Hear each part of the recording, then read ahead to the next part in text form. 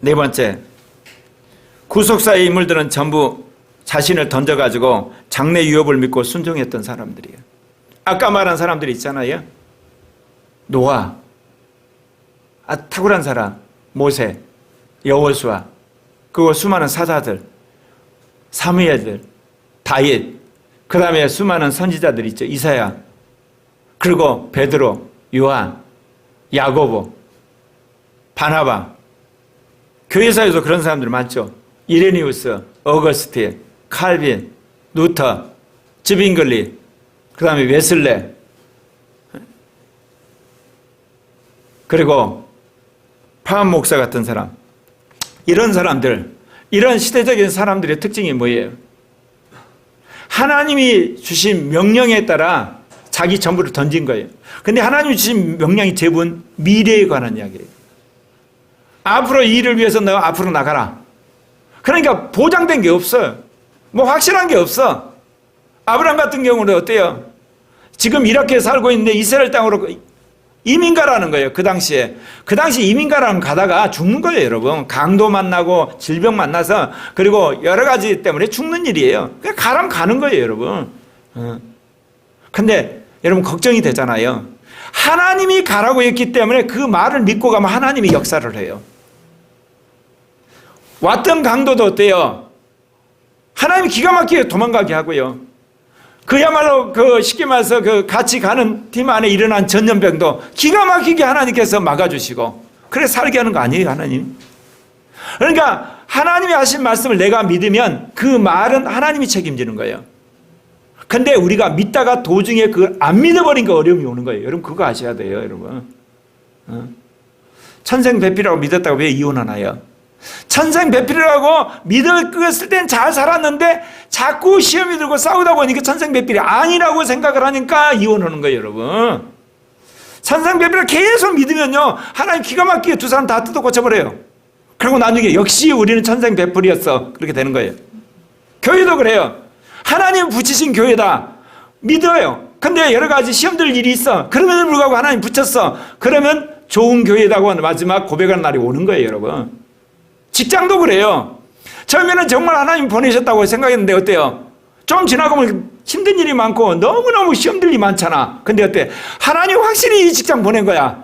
나는 잘 알 수 없지만 그렇게 믿다 보면 나중에 하나님 보내신 뜻을 알게 돼요. 아멘? 뭐냐? 하나님이 미리서 여러분에게 어떤 말씀을 주셔서 여러분을 인도하셨다는 거예요. 그러면 그 말씀을 여러분이 믿고 순종하면 돼요. 그러면 여러분 그런 질문 할까요? 아니 어떤 사람은 전공 바꾸던데요. 어떤 사람 직장 바꾸던데요. 심지어 어떤 사람은 배우자까지 바꿔버리던데요. 어떤 사람 교회 바꾸가지고 잘 되던데요. 그럴 때는요, 여러분이 그 일에 열심히 하다 보면 하나님이 도저히 안 되겠다 그러면 하나님이 바꾸라고 명령을 하시는 거예요. 그때 바꿔도 안 된다. 여러분 안 늦다니까. 하나님은 미래를 다 아시니까.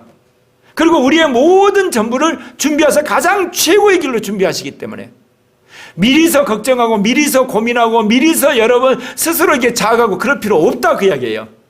주님이 주신 말씀에 지금 최선을 다하는 거예요. 이게 전부인 것처럼. 그럼 하나님이 도저히 이러다가 너 안 되겠다, 주님이 강권을 끄집어내세요. 그 길이 아니면. 그래서 구약의 사람이나 신약의 사람이나 교회사의 사람이나 하나님이 그에게 미래의 유업을 주세요, 항상. 제가 늘 그런 비유였어요. 나이 60살이 된 사람한테 너 나라를 구하라는 사명 주겠어요? 10살짜리한테 그걸 주는 거지. 왜? 하나님이 준비를 시키고 훈련시키고 그 사람을 다듬어야 되지 않습니까? 그렇게 되는 거예요. 그래서 주님께서 미리 하나님이 항상 말씀을 하세요. 그래서 구속사 인물들을 보면 항상 어린 시절 이야기가 나오잖아요. 아니면 부모에게 주신 말씀으로 나오잖아요. 왜? 먼저 말씀을 주셔. 그리고 그거를 향해서 평생을 순종해서 가면 하나님이 때가 되면 그 사람을 높이시는 거예요.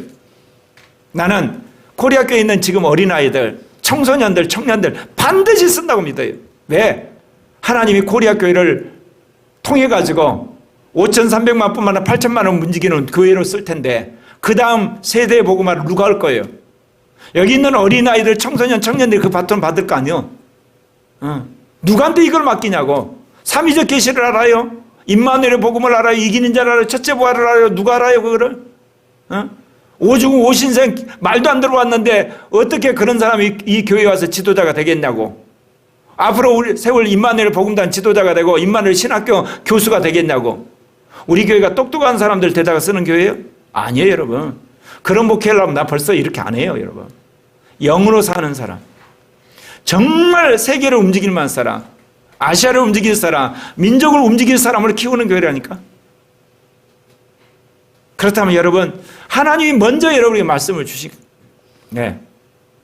그래서 제가 요즘 감사한 게 드디어 김은혜는 그렇고 또 김수루도 그렇고 이민혁도 세 사람이 이제 자기 진로에 대해서 방향적으로 마음을 잡은 것 때문에 내가 마음이 이제 안심이 돼요. 이은상이도 그러고 청소년기를 기르는 애들이 정말 마음을 정하기를 원했는데 이제 마음이 잡혀가는 것 같아요. 이제 하나님이 이들에게 놀랍게 성령을 부으시고 말씀을 부고 지혜를 부으셔서 청년들은 나름대로 하나님께서 이끌고 가고 계시는 거고 그 밑에 있는 어린아이들은 말할 것도 없고 그래서 2021을 끝내면서 제 마음이 너무너무 평안해요. 왜 그러냐? 삶의 가치관들이 이제 주님을 향해서 변했다는 거죠. 교회가 나온다고 해서 안심하는 게 아니고 그 안에 가치관이 바뀌어야 돼, 가치관이. 그런데 주님이 기뻐하는 가치관으로 바뀌어질 조짐이 이제 어린아이들, 청소년, 청년, 장년들한테 이루어져 가는 것 같아요.